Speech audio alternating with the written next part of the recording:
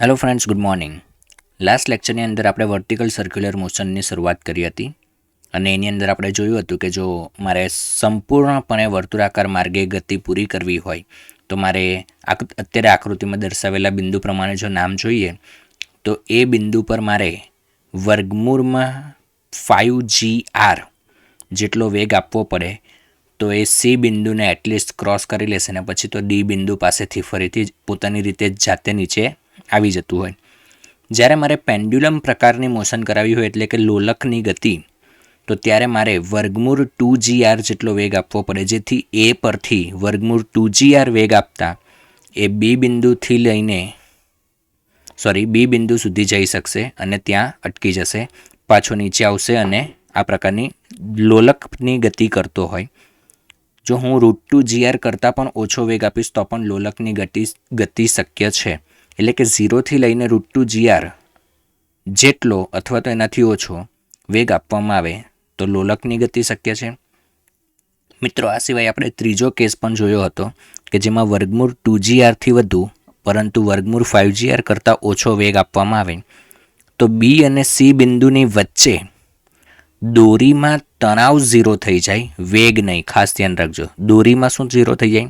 તણાવ 0 થઈ જાય અને ત્યાં દોરી ઢીલી પડી જશે અને ત્યાર પછીનો જે ગતિપથ હોય એ પ્રક્ષિપ્ત ગતિ પ્રકારનો આવી જાય, કારણ કે ત્યાં જે વેગ હશે એનાથી પછી પ્રક્ષિપ્ત ગતિ કરે. પરંતુ આપણે નીટમાં એ પ્રક્ષિપ્ત ગતિના ગતિપથ વિશેની આગળની ચર્ચા કરવાની આવતી નથી. ફક્ત ત્યાં કયું બિંદુ છે કે જ્યાં તણાવ 0 થયું એટલે સુધીની ચર્ચા આપણે નીટ લેવલ પર આવે છે.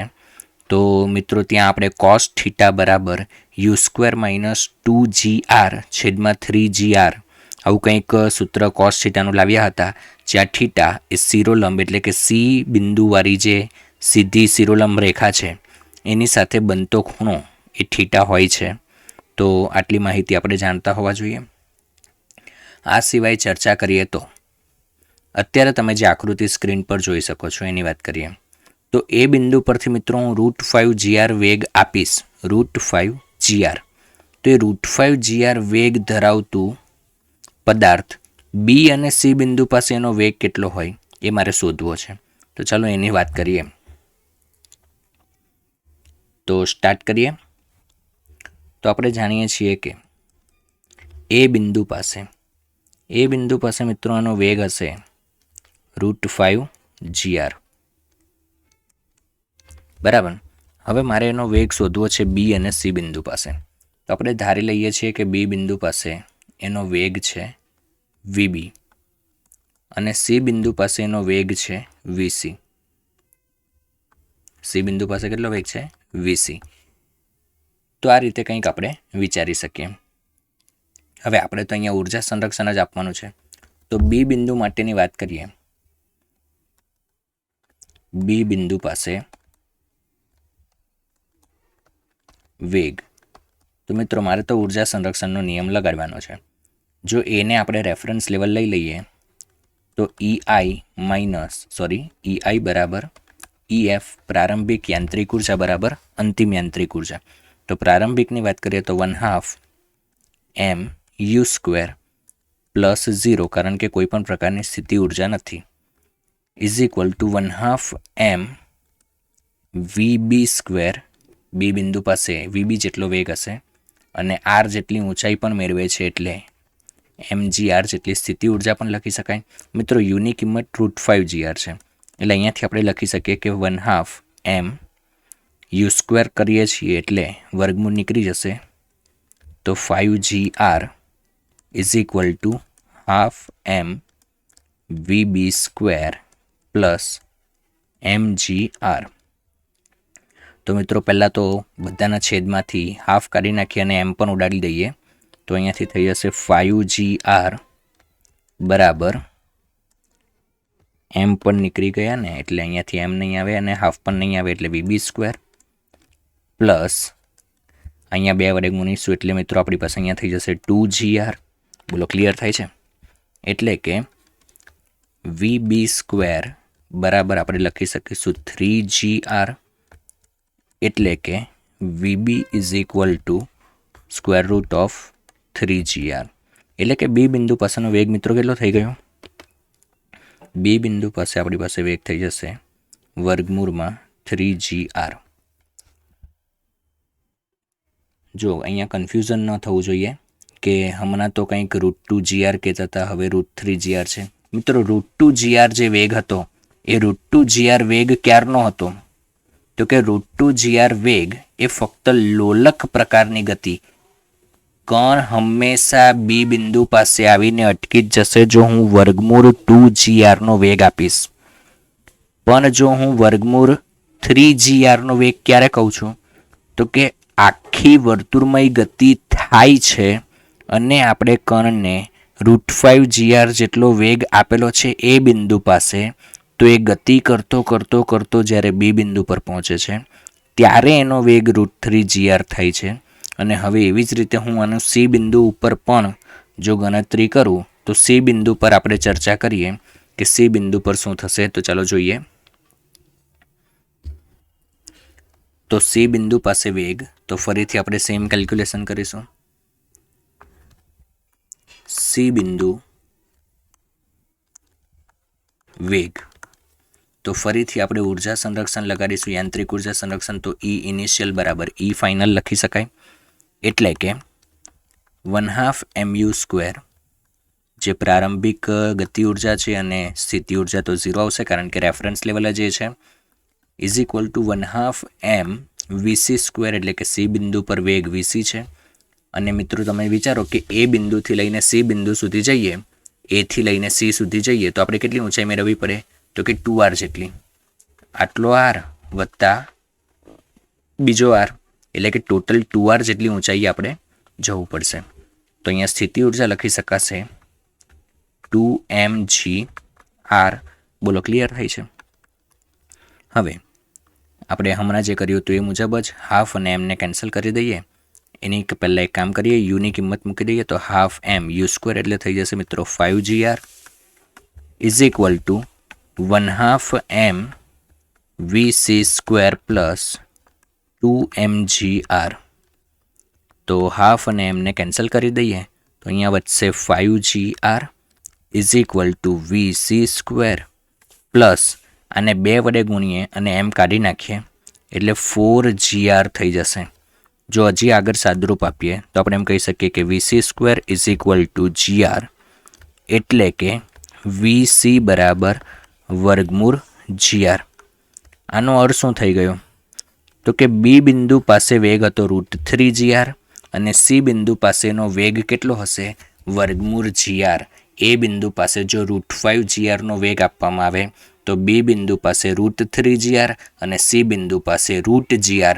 એ જ કણ પાછો જ્યારે ફરીથી આમ ગતિ કરીને બીજી બાજુથી નીચે આવશે તો ફરીથી ડી બિંદુએ પહોંચે તો ડી બિંદુ પાસેનો વેગ ફરીથી વર્ગમૂળ 3gr થશે, કારણ કે હવે વેગ વધવાની શરૂઆત થશે અને પાછો એ બિંદુ પર આવે આખું વર્તુળ પૂર્ણ કરીને ત્યારે એનો વેગ ફરીથી આપણે એમ કહી શકીએ કે √5gr થઈ જશે. તો આ થઈ ગઈ સંપૂર્ણ વર્તુળમય ગતિ. તો આ કન્સેપ્ટ આમ તો જોઈએ તો મિત્રો ટેક્સ્ટબુકની અંદરનો જ છે, પણ છતાં આપણે નીટની અંદર એક વખત તો આને કવર કરવો જ જોઈએ. એટલા માટે મેં અહીંયા કવર કરી લીધો છે. લગભગ દરેકને સમજાઈ ગયું હશે. અત્યાર સુધી મિત્રો આપણે જે કંઈ વાત કરીને એમાં શું હતું? તો કે એક દોરી વડે કોઈક પદાર્થને અથવા તો કણને બાંધવામાં આવ્યો હતો અને એને સિરોલમ સમતલમાં વર્તુળમય ગતિ કરાવવામાં આવતી હતી અને એના વિશેની ચર્ચા હતી.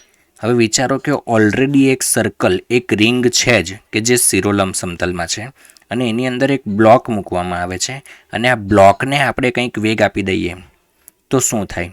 એને આખું વર્તુળ પૂર્ણ કરાવવું હોય તો શું થાય? ચાલો એની ચર્ચા કરીએ, બરાબર ને? તો ચાલો મિત્રો સ્ટાર્ટ કરીએ. તો મિત્રો આકૃતિમાં તમે જોઈ શકો છો કે આ એક નવો કન્સેપ્ટ છે કે જેની ચર્ચા આપણે હમણાં કરી રહ્યા છીએ કે હવે દોરી વડે કોઈ બ્લોકને બાંધવામાં નથી આવતો, પરંતુ ફક્ત એક બ્લોકને વર્તુળાકાર માર્ગ પર આ રીતે મૂકી દેવામાં આવે છે અને એને વેગ આપી દેવાનો છે. મિત્રો આ બ્લોક જો કંઈક યુ જેટલા વેગથી, યુ જેટલા પ્રારંભિક વેગથી આમ ફેંકવામાં આવે એટલે આ બ્લોક આની અંદર આમ ફરતો હશે વર્તુળાકાર માર્ગે. તો સૌથી નીચેના બિંદુ પર જોઈએ તો તમે જોઈ શકો છો કે નીચે તરફ વજનબર mg લાગતું હોય, ઉપર તરફ નોર્મલ. આ બ્લોક જ્યારે ફરીને અહીંયા ઉપર આવી જશે ત્યારે નોર્મલ હવે સપાટીને લંબરૂપ એટલે નીચે તરફ લાગતો હોય અને વજન તો ઓલવેઝ નીચે જ લાગવાનું છે. એટલે નોર્મલ અને વજન બંને નીચે તરફ લાગે છે. જ્યારે બહાર તરફ લાગતું હશે કેન્દ્રગામી અથવા તો આપણે એમ કહીએ કે કેન્દ્ર ત્યાગી બળ, તો mv²/r, કારણ કે અહીંયા વેગ v છે. હવે મિત્રો આ ક્વેશ્ચનને થોડું આપણે વ્યવસ્થિત રીતે સમજવાનો પ્રયત્ન કરીએ ને તો મિત્રો જો દોરી બાંધેલી હોય ને તો જે નોર્મલનું કામ છે એ જ કોણ કામ કરતું હતું દોરી હોય ત્યારે? તણાવ. એટલે કે અહીં આ કિસ્સામાં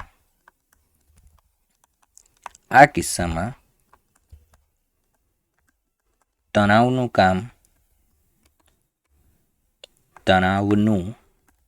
કાર્ય કોણ કરે છે? નોર્મલ કરે છે,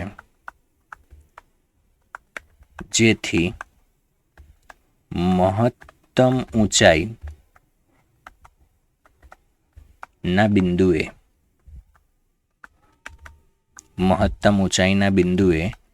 n should be greater than or equal to 0 થવું જોઈએ. જેમ અગાઉના કિસ્સામાં મિત્રો આપણે એમ કહેતા હતા ને કે તણાવ એ શૂન્ય કરતાં વધુ અથવા તો શૂન્ય જેટલું હોવું જોઈએ, એમ આ કિસ્સાની અંદર શું greater than or equal to 0 હોવું જોઈએ? તો કે નોર્મલ. બોલો, સમજાય છે? હવે સીધી વાત છે કે ખાલી t greater than or equal to 0 એટલે કે અહીંયા n is greater than or equal to 0 સાબિત કરવાનું હોય તો એમાં કંઈ લાંબો ફરક નહીં આવે અને આપણે એમ કહી શકીએ કે આ કિસ્સાની અંદર પણ યુની કિંમત એ greater than or equal to 5gr જ હશે જો આ વર્તુળાકાર માર્ગની ત્રિજ્યા r હોય તો. બરાબર. તો અહીંયા કોઈ ગણતરી કરવાની હું એવું માનું છું કે કોઈ જરૂરિયાત રહેતી નથી. તો આ કિસ્સામાં પણ વેગ કેટલો આવશે? તો કે √5gr જેટલો અથવા તો એના કરતાં વધારે વેગ હશે તો નિયમિત વર્તુળમય એટલે કે શિરોલંબ વર્તુળમય ગતિ એ પૂર્ણ કરશે જ. બોલો, ક્લિયર થાય છે? ફક્ત ને ફક્ત શું છે તો કે તણાવનું કામ નોર્મલ કરે છે દોરી હાજર ન હોવાને કારણે. આના સિવાય બીજો કોઈ પણ પ્રકારનો ફેરફાર નથી. લગભગ દરેકને સમજાયું હશે. હવે આગળ ચર્ચા કરીએ અને જોઈએ કે એકાદ ક્વેશ્ચન આના પર સોલ્વ કરવાનો પ્રયત્ન કરીએ કે કેવી રીતે આની અંદર ક્વેશ્ચન આપણને પૂછી શકતા હોય છે. બરાબર. આમ તો ઘણી બધી અલગ અલગ રીતે ક્વેશ્ચન પૂછી શકાય, પણ મેઇન આપણો જે કન્સેપ્ટ હોય એ કન્સેપ્ટ એ છે કે આપણે આટલી વેગની કિંમતો સાચવવાની હોય છે. ચોક્કસ જગ્યાએ આપણને જે કોઈ જગ્યાએ જે કંઈ વેગની કિંમત લગાડવાની હોય એ આપણને ચોક્કસ રીતે જો મૂકતા આવડશે તો આપણાથી ક્વેશ્ચન સોલ્વ થશે. મેઇન વસ્તુ અહીંયા એ છે કે આપણને ક્વેશ્ચન ખબર પડવી જોઈએ. તો ચાલો એક ક્વેશ્ચન હું કરાવું છું, એ તમે બરાબર સમજી લેજો એટલે તમને આઈડિયા આવી જશે કે કેવા પ્રકારના ક્વેશ્ચન આપણને પૂછી શકાતા હોય છે. બરાબર છે? તો ચાલો જોઈ લઈએ ક્વેશ્ચન. તો મિત્રો અહીંયા એક એક્ઝામ્પલ લીધો છે, તમે જોઈ શકો છો આકૃતિની અંદર કે 1 કિલોગ્રામનો એક બ્લોક છે જેને ધાર પરથી h ઊંચાઈના ધાર પરથી મુક્ત કરવામાં આવે છે અને એ ધાર પરથી સરકીને તમે જોઈ શકો છો કે આ રીતે અહીંયાથી સરકીને નીચે આવશે. કોઈ પણ પ્રકારનો ઘર્ષણ નથી. અહીંયાથી સરકીને નીચે આવશે એટલે અહીંયાથી પછી તરત જ આ એક વર્તુળાકાર ટ્રેક જોડી દેવામાં આવ્યો છે, જેના કારણે અહીંયાથી આમ ફરીને વર્તુળ પૂર્ણ કરવાનો પ્રયત્ન કરશે. પરંતુ આપણે જાણીએ છીએ કે મારે અહીંયા નીચેથી એને ખાલી આટલે સુધી જ પહોંચાડવાનું હોય, પછી તો આખું વર્તુળ એની જાતે બનાવી દે. અને ઉપર સુધી પહોંચાડવા માટે મારે એની પાસે કેટલો વેગ હોવો જોઈએ મિનિમમ? તો કે મિનિમમ વેગ એની પાસે હોવો જોઈએ વર્ગમૂળ 5gr. બરાબર? આટલો વેગ હોવો જોઈએ. હવે એ વેગ એને કોના સ્વરૂપમાં મળશે? તો કે ગતિ ઉર્જાના સ્વરૂપમાં. હવે અહીંયા ગતિ ઉર્જા ક્યાંથી આવે? તો કે ઉપરથી નીચે આવે છે એટલે અહીંયા એની પાસે જે સ્થિતિ ઉર્જા છે એ સ્થિતિ ઉર્જાનું નીચે આવે એટલે ગતિ ઉર્જામાં રૂપાંતર થાય. એટલે આપણે ખરેખર શું લખી શકીએ? તો કે આપણે લખી શકીએ કે mgh બરાબર 1/2 mv², જ્યાં વીનું મૂલ્ય કેટલું થઈ જવું જોઈએ? તો કે ઓછામાં ઓછું √5gr હોવું જોઈએ વીનું મૂલ્ય. બરાબર? તો બંને બાજુથી એમ કેન્સલ થઈ ગયા એટલે કે gh ઇઝ ઇક્વલ ટુ 1/2. એમ તો કેન્સલ છે, v² જગ્યાએ કિંમત મૂકી એટલે લખી શકીએ આપણે 5gr. બોલો, ફરીથી બંને બાજુથી g અને g પણ કેન્સલ થઈ ગયા એટલે આપણે લખી શકીએ h બરાબર 5/2. g કેન્સલ છે એટલે 5/2r. અને અહીંયાથી આપણે કિંમત મૂકી દઈએ તો 5/2 બોલો મિત્રો, આરની કિંમત કેટલી છે? 2 મીટર. તો અહીંયા 2 મૂકી દઈએ એટલે 2 અને 2 કેન્સલ થઈ ગયા. તો એચ બરાબર આવી જશે આપણી પાસે 5 મીટર. એટલે કે આ જે બ્લોક છે એને મારે કેટલી ઊંચાઈ પરથી મુક્ત કરવો જોઈએ? તો કે 5 મીટર ઊંચાઈ પરથી. એટલે કે દાળની ઊંચાઈ કેટલી હશે? તો કે 5 મીટર હશે.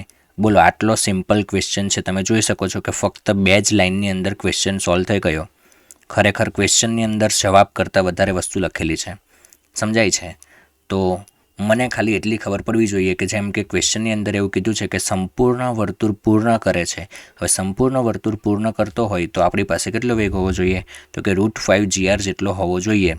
અને √5 GR જેટલી કિંમત જો હું મૂકી દઈશ એટલે મને આન્સર સીધો મળી જશે. હવે ક્યાંથી આવે, શું આવે, એ બધું આપણને પછી કન્સેપ્ટ સમજાવવો જોઈએ કે ભાઈ એટલી ગતિ ઉર્જા એની પાસે ક્યાંથી આવશે? તો કે ગતિ ઉર્જા આવશે બ્લોક ઉપરથી નીચે તરફ આવે છે એટલે એની સ્થિતિ ઉર્જાનું ગતિ ઉર્જામાં રૂપાંતર થતું હોય. તો મિત્રો, આ બધા કન્સેપ્ટ જે છે એ ઓલરેડી આપણે ગતિના નિયમો, કાર્ય ઉર્જા, પાવર, આ બધા ચેપ્ટરની અંદર શીખી ગયા છીએ. બરાબર ને? તો એના એ જ કન્સેપ્ટ આપણે આગળ લગાડવાના રહેશે.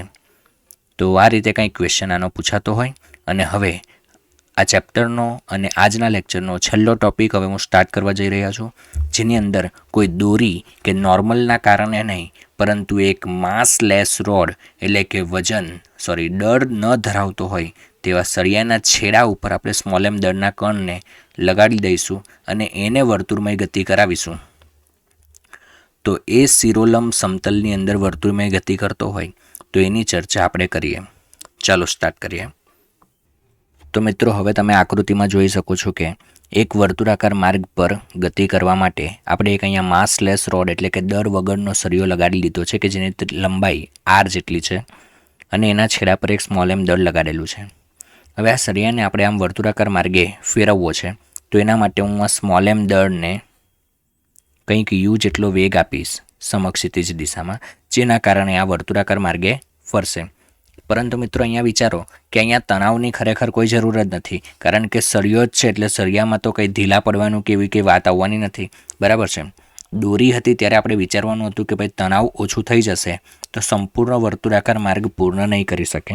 એવી જ રીતે જ્યારે આપણે દોરી વગર ફક્ત બ્લોકને ગતિ કરાવતા હતા અંદર, તો આપણે નોર્મલ માટે પણ સેમ વસ્તુ વિચારવાની હતી કે જો લંબ બળ જતું રહેશે, બ્લોક સપાટી સાથે ચોંટેલો નહીં રહે, તો પણ સંપૂર્ણ વર્તુળમય ગતિ પૂર્ણ નહીં થાય. પરંતુ અહીંયા તો એવી કોઈ ચિંતા કરવાની જરૂર જ નથી. મારે ફક્ત સ્મોલ એમ દળને એટલો જ વેગ આપવાનો છે કે જેનાથી 2r જેટલી ઊંચાઈ પર જઈ શકે. સમજાય છે? એટલે આપણી વર્તુળમય ગતિ પૂર્ણ થઈ ગઈ. તો અહીંયા આપણે બીજી કોઈ ચર્ચા કરવાની આવતી જ નથી બળ વિશેની. આપણે અહીંયા સીધું ઉર્જા સંરક્ષણ લગાડીશું. તો ઉર્જા સંરક્ષણ લગાડીએ એટલે તમે જોઈ શકો છો કે પ્રારંભમાં આપણે દળને કેટલો વેગ આપ્યો? તો કે u જેટલો વેગ આપ્યો. એની પાસે કોઈ પણ પ્રકારની સ્થિતિ ઉર્જા નથી. અને ફાઇનલી જો વાત કરીએ તો એની પાસે આપણે વેગ કંઈ વિચારીએ કે ન વિચારીએ, અહીંયા ઉપર જશે એટલે સીધી વાત છે કે ઉપર જઈને અહીંયાથી પછી પડવાનો તો ખરો જ, કેમ કે અહીંયા દોરી તો ઢીલી થવાની જ નથી, કારણ કે દોરી જ નથી. હવે બરાબર, સળિયો જ છે એટલે આમ અહીંયાથી ઉપર જશે તો અહીંયા પહોંચશે એટલે પછી આ બાજુ પડી જ જવાનો છે. આમ ઉપર જશે પછી નીચે આવશે, ઉપર જશે નીચે આવશે. સમજાય છે? આ પ્રકારની કંઈક ગતિ થતી હોય. એટલે કે હવે અંતિમમાં અહીંયા મને ગતિ ઉર્જાની કંઈ જરૂર નથી. પ્લસ m દળ 2r જેટલી ઊંચાઈએ જશે એટલે કે હું લખી શકીશ mg × 2r. બોલો, ક્લિયર થાય છે મારી વાત? બંને બાજુથી m અને m કેન્સલ કરી દઈએ અને 2ને પણ સામે આપી દઈએ તો u² બરાબર થઈ જશે મિત્રો 4gr.